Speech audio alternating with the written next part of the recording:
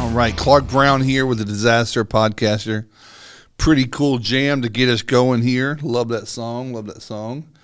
Can't play the music I'd love to play because it's all licensed and we would get banned on YouTube and Spotify and everywhere else. So that's the best we can do.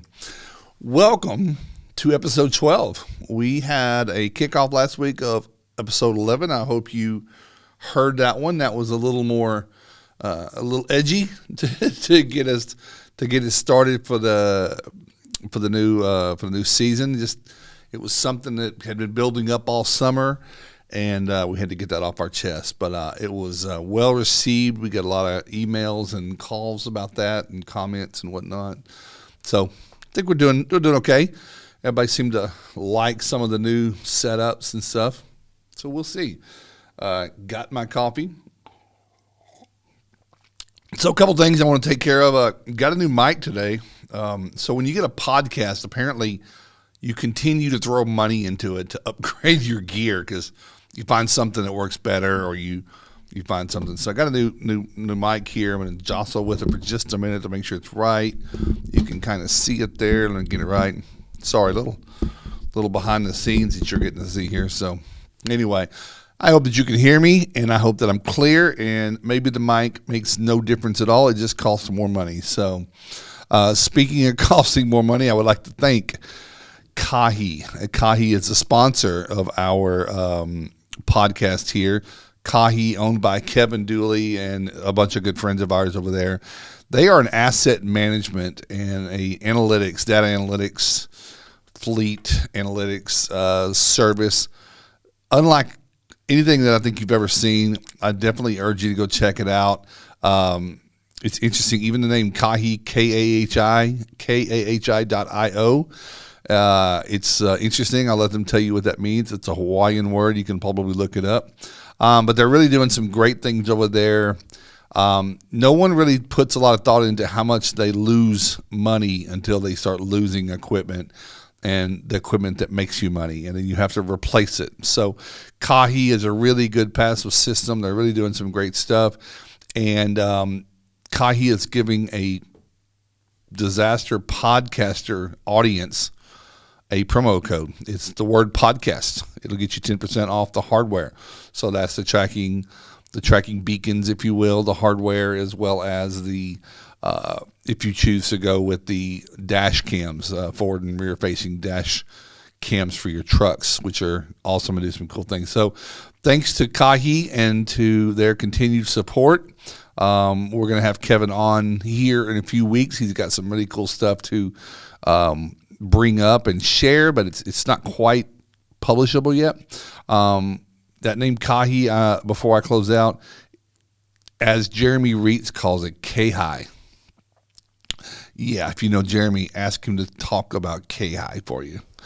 Just kidding. We love Jeremy, but it was funny. He mispronounced it. Hey, it's not the easiest word to pronounce, right? Just like my name, Clark with a K. Nobody gets it right. Couple other things I want to talk about today, just to kind of get started. Those of you watching on YouTube, this won't mean anything to those listening. If you can see, it's hoodie weather. Yes, it's September in Virginia. Well, let me be honest. It's not hoodie weather. It's hoodie morning, because by midday it's supposed to be in the 80s. But this morning it was nice and cool and brisk, and I wanted to wear a hoodie. So, but it's still flip-flop weather. Go figure. Anyway, I hope the weather's nice. I think we have a few more weeks of temperature. But I like fall and I love winter, so I'm hoping that this will be the beginning of that. I want to tell you, last night I had the most amazing empanadas. A friend of mine was traveling back down the East Coast, down 95, and he had been at Martha's Vineyard. and brought me some amazing empanadas. Yeah, some of you will understand the joke there. Oh my goodness. Hey, listen, I wanted to also real quick before we get started with today's great topic. I think it's going to really captivate. I want you to stay involved for the whole thing because I think it might have some takeaways for everybody. Got a call Friday. Well, first I got an email from not a listener of the podcast, but just someone that knows me from the internet, always throwing out information or something, and emailed and said, hey Clark, can you get on the call and answer or settle a dispute between myself and my ops manager? And I'm like, oh my God, that doesn't sound like much fun. I've got to be a referee between employee and employer, but I didn't know them, and I said, I can be objective, and I'm not going to use his name, but let's just say his name is Danny he is from Ohio. So Danny, here, let me set this call up. Danny called, and I take calls from a lot of people. If you want our phone number, it's 833. It's on our website, 833-262-2410. Just give us a call. If we can't talk right then, we will. The way we grow our business is providing value. Jab, jab, jab, right hook, right? So that's a book by Gary Vaynerchuk, Gary V, that just give away value. But anyway, Danny called. We set something up. I actually had a little bit of time on that day, Friday, and I said, hey, just let's get this out of the way. I didn't know what I was getting into. I didn't know what dispute I was going to settle. So Danny called, put it on speaker with his ops manager. Owner's been in business for, I think it was around 8 to 9 years. It was less than 10. And the dispute was pricing. It's a big topic in our industry, right? I talk about it a lot, which is why these guys called. The argument was pricing, and specifically, not really specifically, but they use Xactimate. That's what they use. That's, I show people how to get away from Xactimate and use other things that's not even using what the insurance is using, and cuts out a lot of that. But nonetheless, they wanted to keep using it. But the owner has always used the published standard pricing from Xactimate. And he's heard me talk about it, and he admitted that he had ADD or ADHD, and he said, I've heard you talk about changing your price in Xactimate, but I've never had to. I make good profits. Well, his operations manager, by the way, which was a good ops manager because he's actually reviewing the P&L and the job cost. So they've actually done a study on their overhead, and he literally told the owner in a session, I guess this week, or in a meeting, that we're not really making enough profit to grow. We're making enough to stay where we are, but for us to elevate and us to do more things and take on more work and maybe attempt a new service or new marketing direction or something, we don't have the funds to do that. We have enough to be safe, but not any risk at all, any growth at all. And he was looking at it, and I looked at their P&L with them. We did a Zoom call, and I sign NDAs with people when they say, hey, look at my numbers. Don't talk about my numbers, or don't publish them, or don't record this or whatever.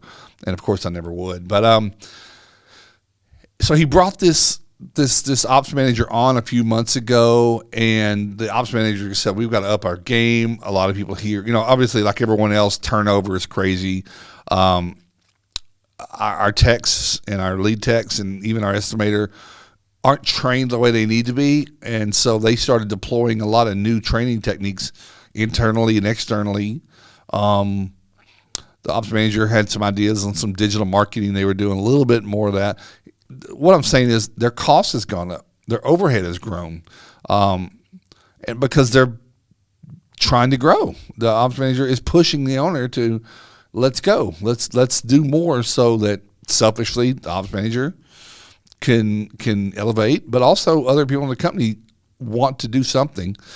But you can't grow and leave your price the same. So in 5 minutes, I've got the code, and they coined it the Clark code, KLARK KODE. I thought that was pretty funny, but it's really just, and you can do this quarterly, monthly, whatever you want to do as you feel like your overhead changes, which you should be reviewing your P&L, but it's cost of goods, percentage of overhead for your burden there, factor in the profit margin you want, and it will tell you what you need to charge for a line item.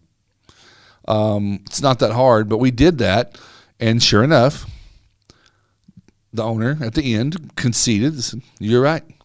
We weren't making enough profit. We were making some, but with the insurance industry and the way our industry is built, the homeowner expecting us to be the bank, we're using profits to finance the insurance companies, and we don't get paid for 45 plus days, and therefore any money you have is to keep you afloat, not just to be risky." So anyway, it's as long as the world works that way in our industry, then we've got to make more profit to survive and grow.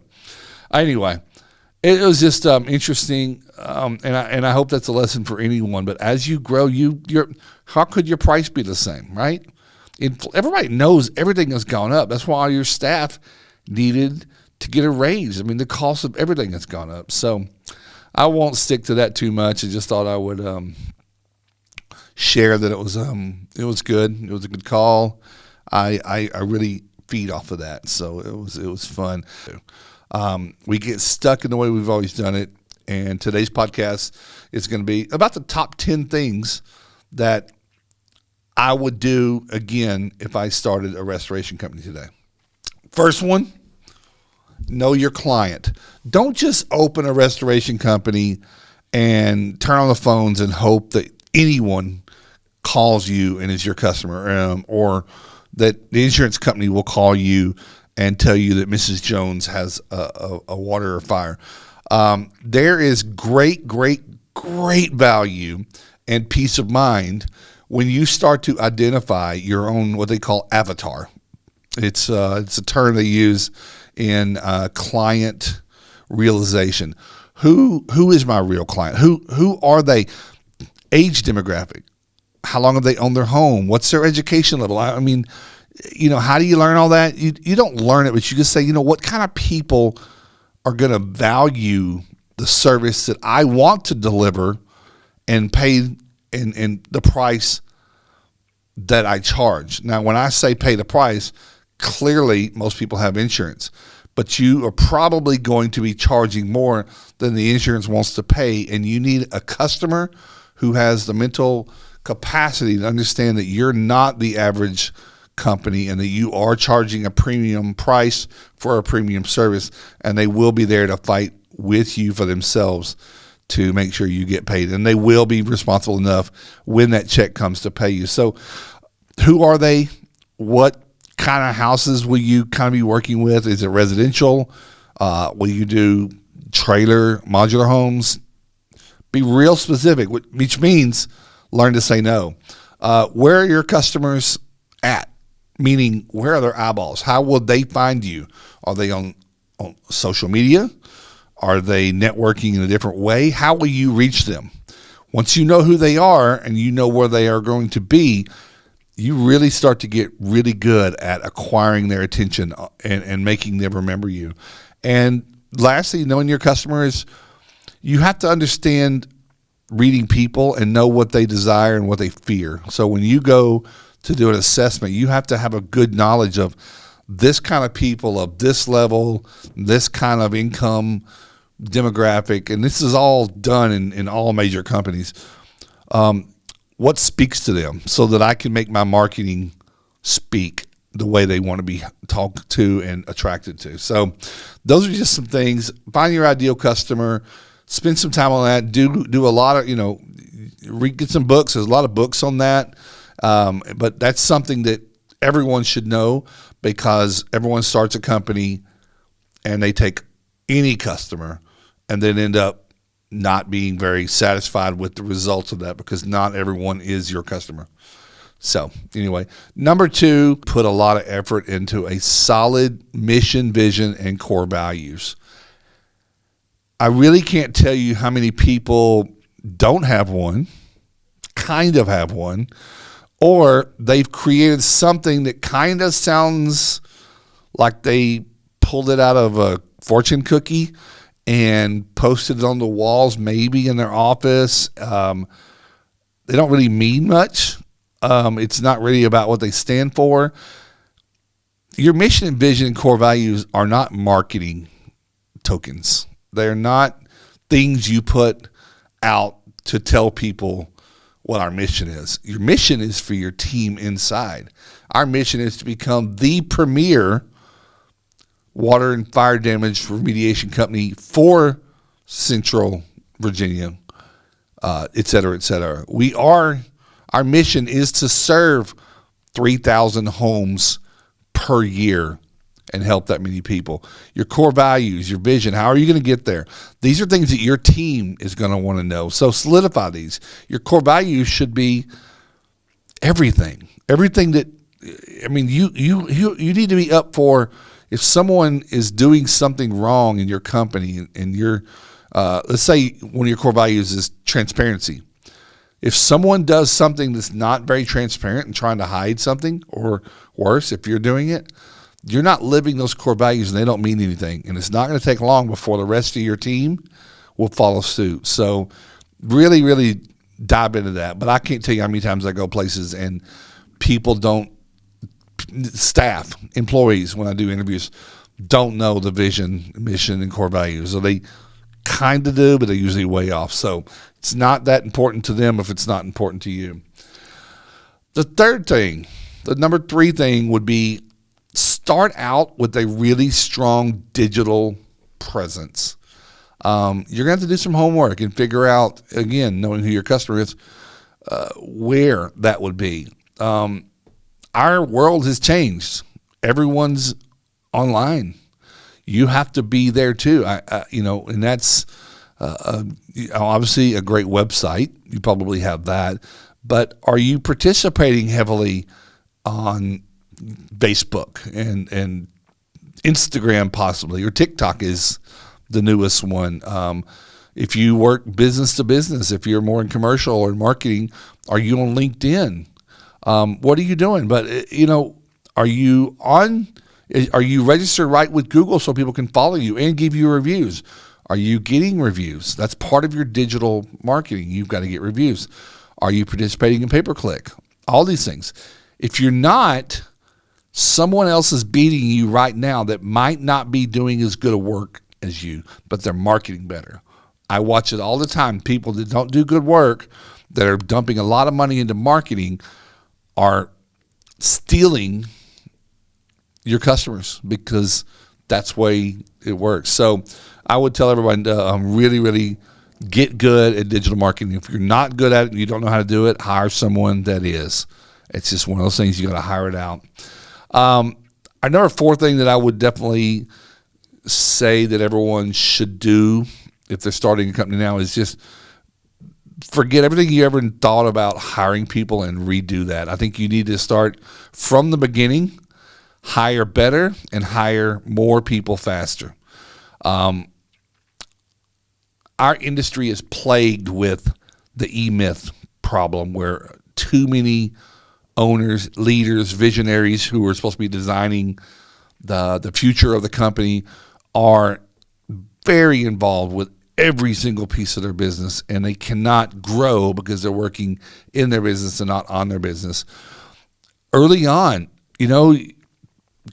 going back to the first thing, price your jobs. If you're making money, you got the right customers, you can charge right, you can hire people who will stay. The old saying is the CEO says, or the CFO and CEO are having a conversation. The CFO says, oh my gosh, what if we pay people what they're worth? And the CEO says, what if we don't? We're always retraining, and that's way more expensive than paying someone right the first time. Hire good people. Be ready to bring on someone that has good ideas, like this ops manager that I was just talking about at the beginning of this podcast. Bring them on. When the time's right, bring on a marketing person. Oh, it's scary. I don't know how to manage a marketing person. Yeah, learn. Give it a try. Talk to some others. But I would definitely put that up there. People are slow to hire more people to get that work off of them. I can't hire more techs because I don't have enough money to pay more techs. Well, you're not out selling because you're doing the work of techs. The minute you replace yourself, you put technicians out there and you get your ass out in the street and start working on your digital marketing and selling and making relationships, you will be busier, and those technicians will have more work than they know how to do and will be asking you for a day off. So definitely hire better people. And like that ops manager, again, involve them more in the business. Have your team invest in them as business people. Let them know what the core values are. Let them know what you need to do per month to stay afloat and then to grow. Let them know what you're working on and what's working and what's not. Really make them part of the business. You will see people start to become part of your tribe and your ownership, and you'll see a much better return because they feel like they're part of something and they're helping it grow. Number 5 is creating an incredible customer journey. What do I mean by that?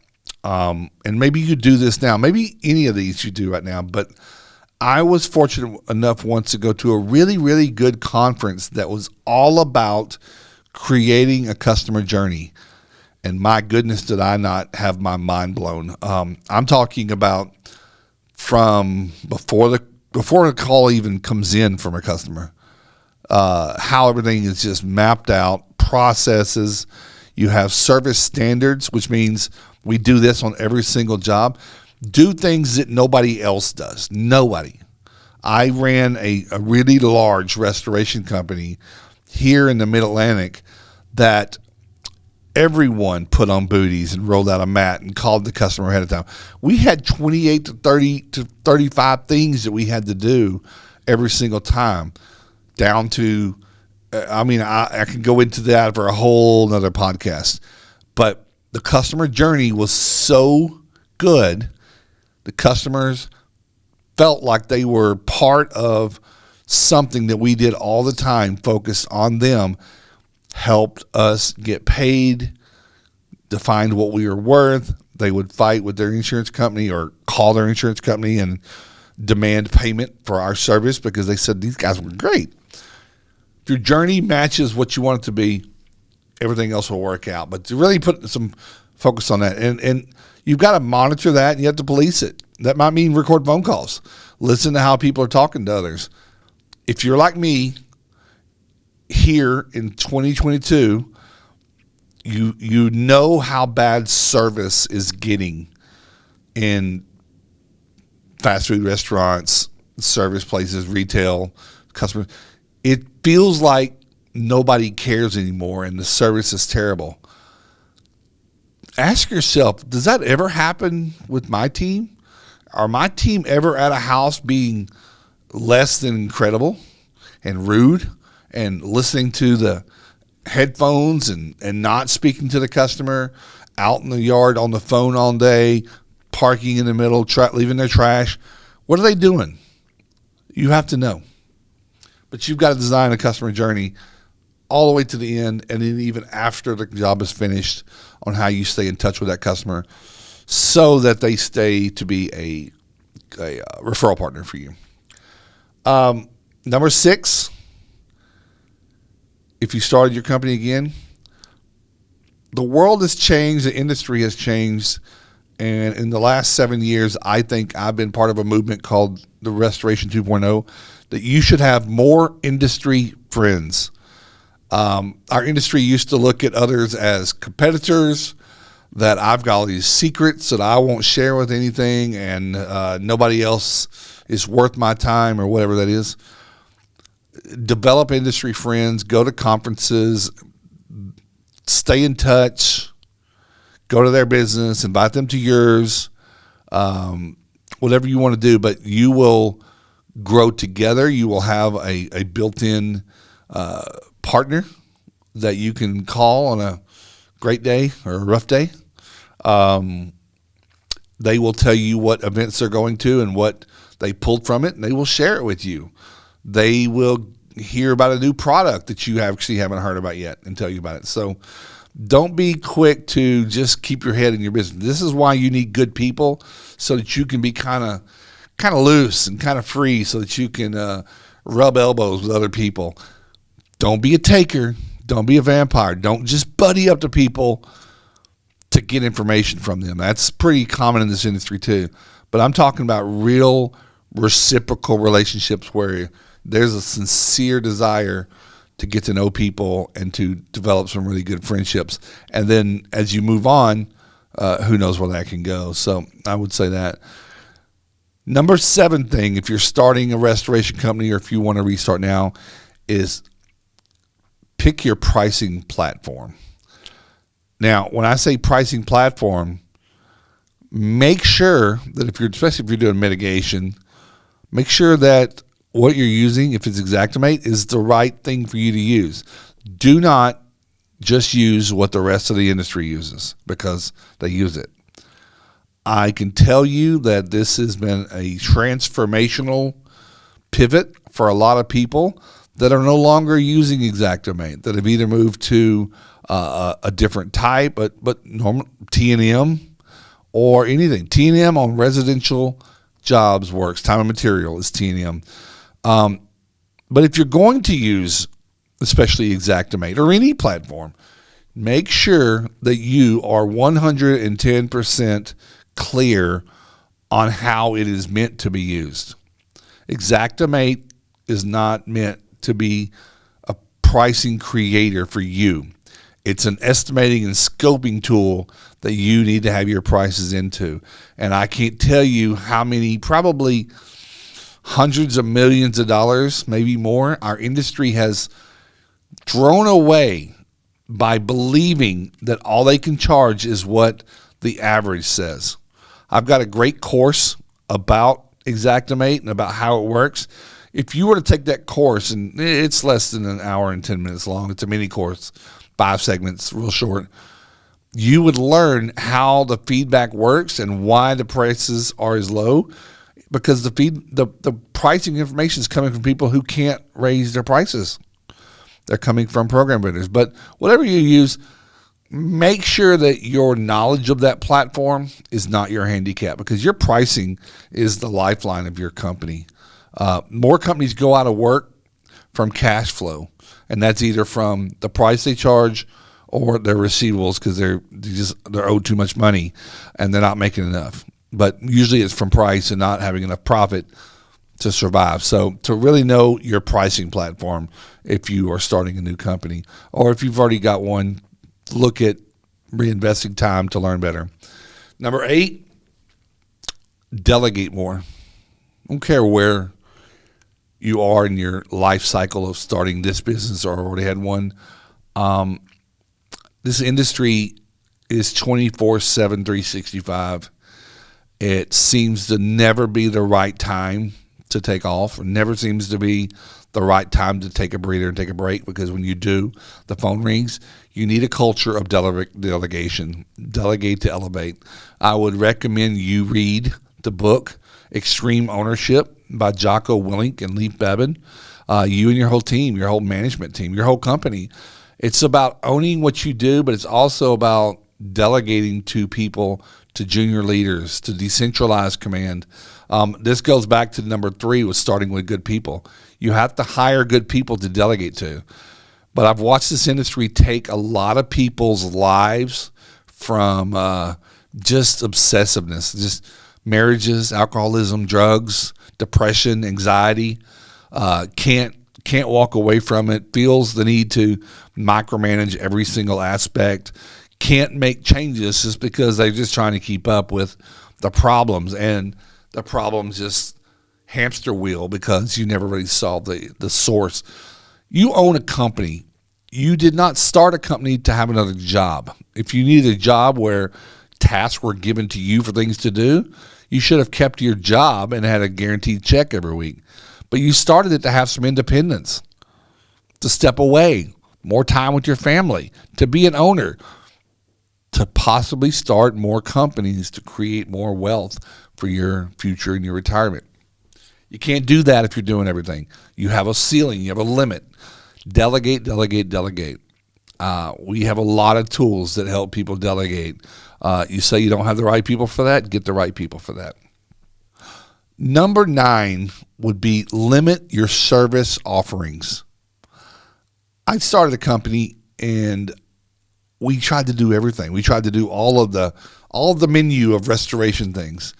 I learned be known to be the best at something or a very small number of things, but not everything. How many people have you ever met that every time you talk to them, they're just something else new is going on? You don't consider them an expert for anything. If your car mechanic works on domestics and import, European, Japanese, South American, works on diesels, he works on tractor trailers, he even does body work, they do K-bar, ceramic detailing, they do everything. But I have a diesel truck and I want someone who specializes and knows a diesel. I want someone who, if my house floods, they know what they're doing flooding. They know what they're doing with water. I don't need someone to be an expert at trauma, crime scene cleanup if I don't have that problem. But you want people to say, there's a guy in town or a company in town that if my house were to flood, I hear about them all the time, and that's all they do. Or fire. They help restore from fires, reconstruction, make it safe. Don't just do everything, because I know when you're starting out, it's just, you're just trying to get revenue. Cash is king, right? Got to get some work, got to pay the bills. Go back to some of the things I said earlier and identify your customer and get real specific. I know it's a slower way to grow, and it's a very nervous way to grow. Last and final thing, number 10 thing I would do that I think we all could be a whole lot better on is create an incredible culture. Now, the things I've been saying today are out of order. This kind of overlaps with a few other things that I've said, but be very, very, very intentional about the culture of your company. When, how you onboard employees when they first start, how you hire people. Are you doing personality profiles, disc assessments? Are you onboarding? Are you training? Are you giving orientation to someone so they understand? Do people know where they're going to, start and what their progression is? Do they have levels? Do they see the path? Have a good culture. I read something last week, and I've talked to employees before, and someone had something really good to say, and this was this person had left some companies and left a job and was looking for a job where they were treated like a human and they were invested in like a person and not looked at as a company asset. People today do not want to be treated like an asset. They will work hard and they will help you grow your company, but they're living human beings. And this one person said something that I was rewarded with hard work for doing hard work. The harder I did, the more that I did in the office to pick up the slack for others that weren't being held accountable, the more work I was given to make up for what they weren't. And that burned them out. And just told them that I just was just your grinder. Nobody wants to be that. You don't, I don't, they don't. So I would say your culture is everything. Tell people when they're doing great things in front of other people. Get to know your staff, everybody. You should know their love languages. You should know what days they, what days they're got something else to do, when they like to work, they're more of a morning person or evening person, don't work well alone, what's going on in their family life, do they need some time off? Get a culture. You won't have a hard time finding more people if you have a really, really good culture in your company. Listen, good podcast for me. I hope it was great. Check out our course. Our next podcast is going to be really fun. We've got some guests coming up. Have a great day. Be good to each other. Be good to yourself. And just go out there and serve these customers like I know we all should. Take care.